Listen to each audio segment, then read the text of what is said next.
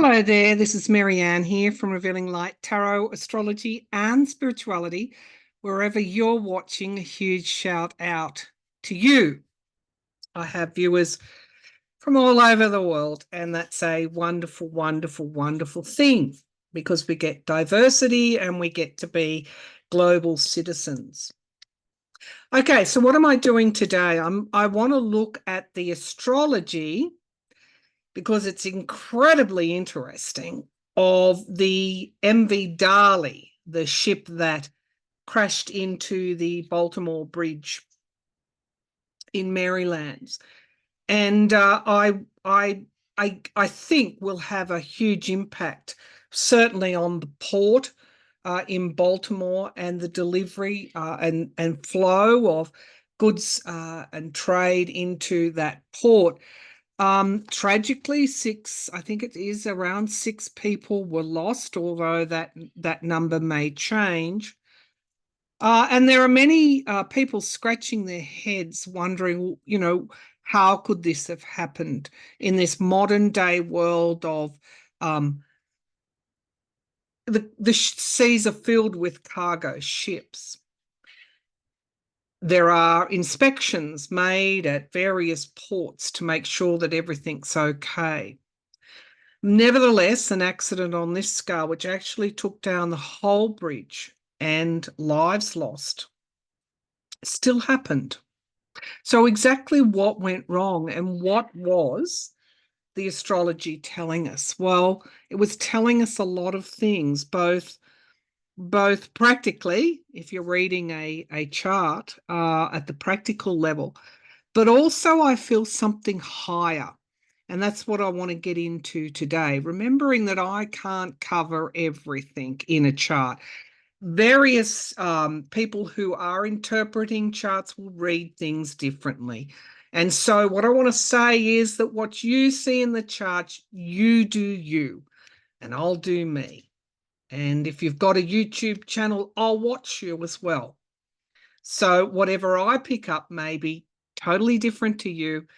And I just go with the flow. When I'm interpreting these charts, it's quick, it's fast, and I'm also trying to explain about astrology while I'm doing it. So, all right, this chart, I just want to say, is the more I look at it, the more I'm absolutely blown away from it. So let me see if I can, again, share without too many technical problems. Okay, looks like I can. Okay, so this is the Francis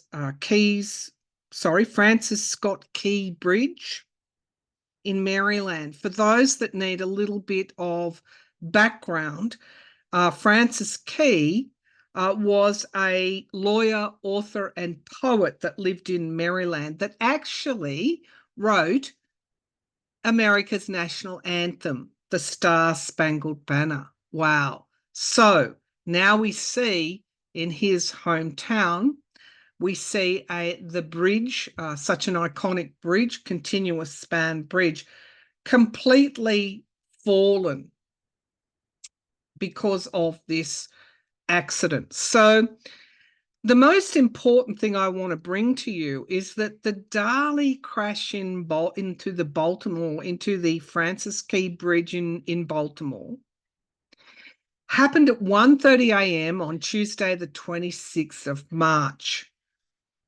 Why is that date important? It occurred, major disaster, infrastructure disaster occurred in the shadow of the lunar eclipse.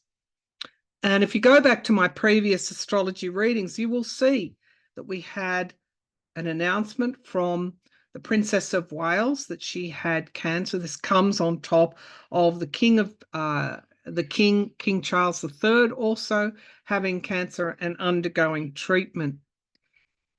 So the princess's announcement came at around the eclipse, I think the day before.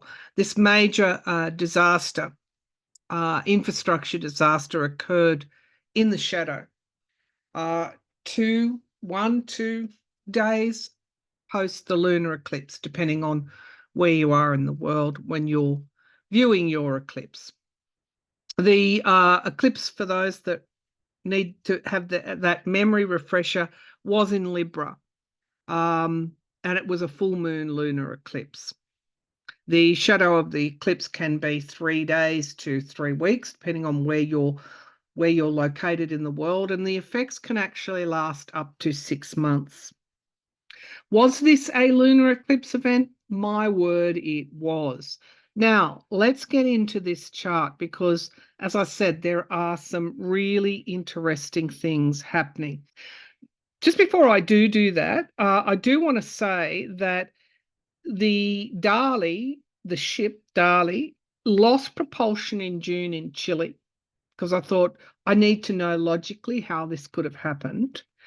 It was cleared and checked off and allowed to sail in Chile. No problems there. It also crashed into a pier in Belgium as well. So there were some issues with the ship in the past. Was that enough to cause this? Well, the ships are checked, I would assume, fairly rigorously, and the last check was in New York in September 2023, cleared to sail, though it has had propulsion issues and obviously colliding with a pier, steering issues. Are these reasonably common?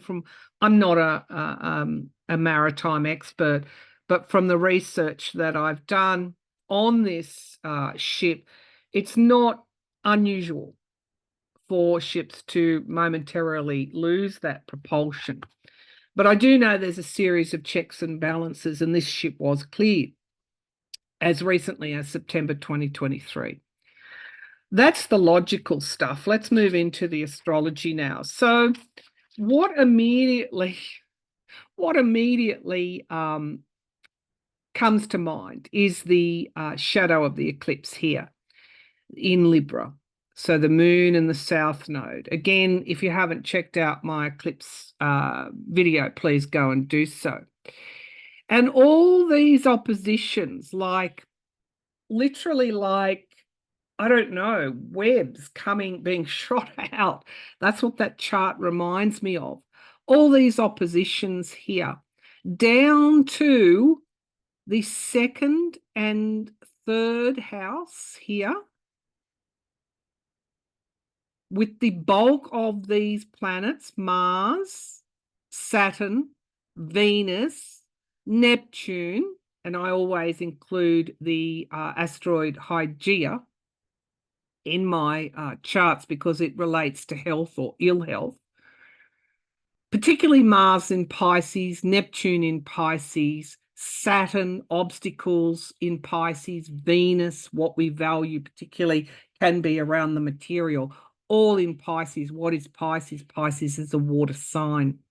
In fact, the god of the seas, Neptune in Pisces. All these oppositions at the time of the lunar eclipse, or in the shadow, I should say, of the lunar eclipse.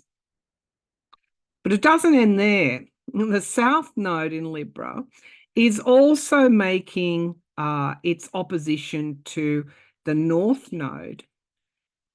Obviously, the north and south node will always be opposite one another, but there is a conjunction between the north node and Chiron in Aries. You know, the wound, where is the wound? The wound's in the identity. So now you've got some of that narrative there that we had in the skies, huge things going on in the sign of Pisces, the watery sign of Pisces, ruled by Neptune and also Jupiter.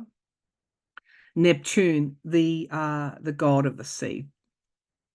This is what the opposition. Now, what are oppositions? They're two things pulling away from each other. They're like a tug of war. Now, the moon is opposite Mars. Mars is direct. It is assertive, aggressive. Is referred to as the Aries, the god of war. And then we have the benefic, the great benefic, obstacles, scarcity, Saturn, also in Pisces. We have Venus. Again, Venus can Venus rules Taurus, and of course that we have a sign that loves them, well, not loves, but has a desire for beautiful things, the material things. And Neptune here, as I said, can be very unstable, can be about bringing things into form, and then conjunct with Hygeia, health or ill health. So when we look here around this theme, this huge conglomeration of planets of very competing energies, some that are comfortable in Pisces and some that are not. We have fire in water, Saturn, again, presenting these almost intractable obstacles. Saturn is, as I said, known as it doesn't bestow gifts. It forces us to do the work. So great oppositions here with the moon and the south node. We also have a square. Now, the south node is about letting go of what no longer serves us. We have to let it go in order to realize our purpose in the present and future. It's conditional. If we want to achieve our purpose, we have to let go of the old. And the south node says to us, that's what you've got to do. Now, this is either going to happen in an easy way or a hard way if you don't heed the lesson. And there's a square to Ceres in Capricorn, finances, business. Ceres is the goddess of plenty. Also, the seasons of time, the harvest. In the first house of identity. Sitting alongside Ceres is Pluto in Aquarius. Pluto being what needs to be exposed, the underworld, what comes up from the surface.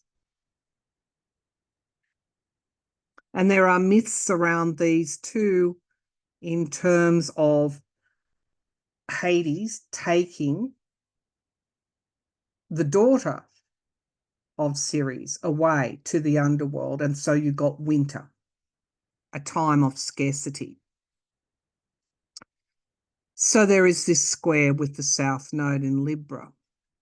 To me, even though this is a maritime disaster, I see so many hallmarks of a feminine energy, and perhaps a feminine energy that is not entirely comfortable with what's going on in the US in relation to women. That is like a mild statement or understatement. Are the goddesses displeased? Well, we'll look at that in a minute. We do need to look at these squares here between the Sun and Uranus. Uranus here in the fourth house of home. Again, the fourth house is ruled by Cancer, and that is again another watery sign. Uranus is unpredictable happenings. Really, that would ensure or force a step back. I don't know how long the Francis Key Bridge will take to rebuild, but I'm assuming that it's, as the news develops, we're going to find that this is perhaps more of a graver occurrence, disaster, than what we're thinking about at this time. Because until that tanker is cleared and the bridge is cleared, and unfortunately the recovery processes take place, you will have trade and goods banked up, waiting to come in to, as I understand it, a very big, very busy shipping port. I think someone mentioned cars, that there are a lot of delivery of cars in that particular port. Neptune, the god of the seas here, I do not think is very happy, because there is a square here to Vesta, another one of the goddesses, 4 major goddesses. Vesta in Gemini, in the 6th house. 6th house can be rules health, ill health, can also rule everyday routines. Gemini is the is the sign we associate with communications, comings, goings, shipping. Vesta, the home, and there is a square between Vesta and also Neptune and Hygeia. So this tells me, and I don't want to get into the gods are angry. I'm not saying that, but there are so many cargo ships hugely laden on our seas. If we don't protect the health of our seas, we've got nothing. We've got nothing in this world. And this chart tells me this was a maritime disaster that maybe was always going to happen if we are continuing on with the way that we do things. Hugely overladen ships. Massive, massive sized ships carrying these containers, coming into very, very busy ports in urban areas. Was this a disaster waiting to happen? This chart tells me that it was. Also want to go to the opposition of Jupiter here in Taurus. Taurus is a fixed sign, determination, persistence. It's also opposite the South Node and obviously the moon as well. What haven't we let go of? What are we still persisting with? Is it that our desire for, in this 3D existence, this material world, has become so craven that we've lost sight of the risks that our appetites pose? Mars in Pisces down here will take risks, will drive forward. And it's not that none of these planets, other than Neptune, Mars and Saturn, are uncomfortable in Pisces. They're unstable in Pisces. I do want to go up to the asteroids, 4 main asteroids. We've got 3 of them in this chart. We have Juno here in the 8th house. Remember, the 8th house can be about death, transformation in the 8th house. Squaring another one of the goddesses, Pallas Athena, in the 11th house in Sagittarius. Juno can be about, she is about balance and fairness where it comes to women.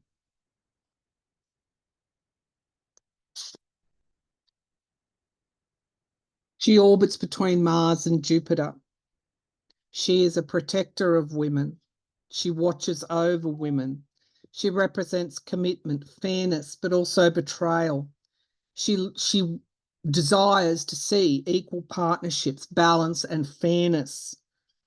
She can also be a woman scorned, and she's very much concerned with issues where the balance of power is connected. She is squaring the warrior goddess Juno in Sagittarius in the 11th house of the collective. What is happening in the US at the moment to women? They are on their rights, their health, their choices, and it can come down to living or dying, has been or is in the process of being taken, has been taken away from them in certain states. And there is this concerted campaign to erode further rights. The what is known as the abortion pill is currently before the Supreme Court. An Alabama court ruled that IVF could not proceed in Alabama and that embryos were actually humans and needed to be protected. Just how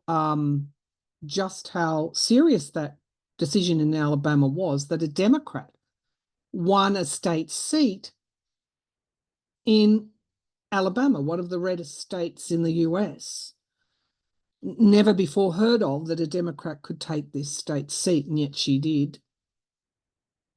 That's a direct pushback by women.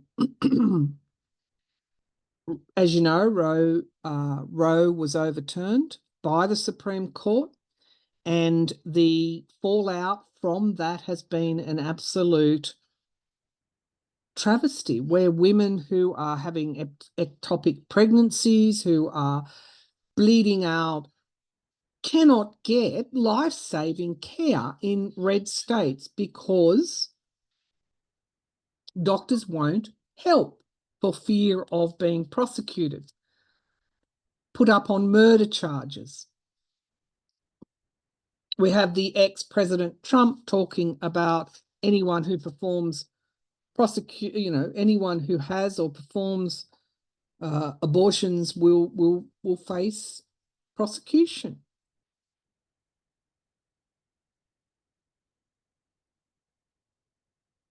And so this chart to me carries the energies of what is happening in the US at this time.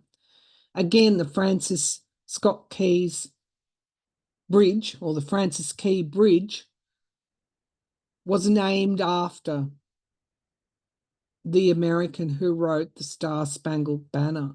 And what happened with the cargo ship, with all its material supplies, took down a complete bridge in Baltimore, and the fallout will go on for years over that.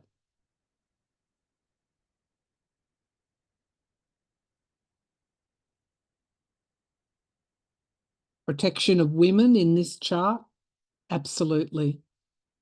Absolutely, it's here. Vesta, Juno, Pallas Athena. Uranus down here is in a conjunction with Algol. Remember, Algol is Medusa, who viewers reminded me was raped, I think, by a god and turned into Medusa. And any person that looked upon her was turned to stone. Perseus, on his quest, cut her head off. Algol sitting next to unpredictable Uranus. I could go on in this chart, but I think that reminds us that what is occurring in America contains energies. And part of astrology and the reading of the stars, and I talked about the ancient Babylonians and those that planted crops, navigated, traveled by the stars, and the repetition of events being handed down, and that's where we get this metaphysical science that we are looking at today in this reading. But it is underscored by energies. The energies of the skies, the energies of the gods, if you like. And again, the gods representing certain acts, certain energies for better or worse, for evil or good. And so when I looked at the chart, I see a representation of what is occurring in America at the moment, but also almost a warning for all of us in relation to how far we will allow our desires and our material 3D existence, if you like, how far will we allow them to go when it's clearly not in the interests of our earth, our seas, our health? How far are we going to go in this hedonistic existence? Or do we need to dig deep and find another way, a more gentler way, a less invasive way of living on this earth? And certainly respecting the rights of others. And in the US, respecting the rights of women. Okay, now some are suggesting, was this some kind of accident? This will put the shipping back, or was it something else? I don't play in to the theory. My logical brain says no, this was a product of our recklessness. But there are some who are suggesting, well, was this more than an accident? How could this have happened? I'm not going to ask that question because I don't intuitively think that it was a terrorist attack, something like that. I don't. It was a Singaporean-owned ship. But I will just see, based on my astrology reading, I'm just going to ask, show me the Dali crash into the bridge. Why did this happen? Why did the Dali crash into the Francis Key Bridge? So many levels to this. Why did the Dali crash in to the Francis Key Bridge? Right, so carrying too much. This is, yes, its load was within acceptable current guidelines, I'm assuming. However, we could all see that a ship that has problems like that, a cargo ship that has problems like that, losing propulsion, could not do anything else but crash into that bridge. I've watched the footage and everything was dropped, the 10 of Wands. Now it's crossed by the 4 of Wands. This is about reunions, homes, families, the nicer things in life, carrying burdens, perhaps for the lifestyles we've taken for granted. The Queen of Swords, objectivity and truth. The investigation is underway. It's going to make certain recommendations, and this could change the ground rules for these big container ships coming into very urbanized ports. Logic. It's also women, that underlying feminine energy as well. We have temperance, balance in the past, and it's almost like the goddesses are warning us. And in fact, Pallas Athena warns us about well, in this case, about our values. The warning that things are out of balance. That is the underlying energy of this chart.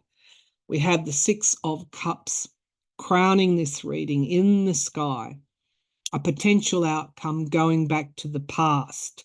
Again, how far do we want to go in our desires to have everything? Everything. The 9 of Swords in the immediate future, soul searching. The Nine of Swords is anxiety. Many will see this as an omen for the ills of the world. You would probably be right, but also understand this, that it is when these disasters happen, doesn't matter where they are. And I go to Israel and Palestine, what is occurring in Russia and Ukraine, and they ask us to learn and do better, because if we don't, great misfortune occurs. We have Star of Hope, hope in the present, and we have someone pouring out the water, and we have holding the pentacle here. And this person is in the sea. Balance between earth, between the earth and the sky and the sea, the air. Hope. Hope is in balance. Hope comes from balance. And so the Baltimore chart is a metaphor for things being out of balance in so many ways and the need for greater balance. We have the Three of Pentacles. Again, look at the plans there, rebuilding better, great minds coming together and sorting through this, introducing perhaps new guidelines, rigid rules that need to be adhered to, building back better. The Two of Pentacles in the hopes and fears. Look at that. We have to choose. We do have to choose. The Two of Pentacles is about juggling, and it's about taking on so much. You have to make decisions about who comes into port and who doesn't. What are we going to choose? Well, in Alabama, they chose a Democrat in a hugely Trumpian district, MAGA district, Republican district. The end of something, the Ten of Swords, a downfall here, and storm clouds brewing.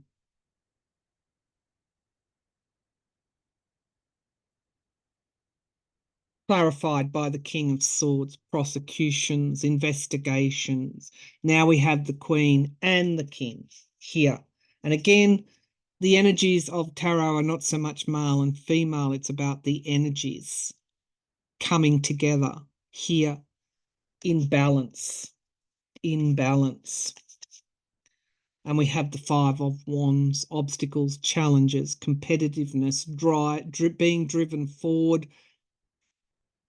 This is a very egoistic type of card which can overrule logic. And so here's the warning from the goddesses.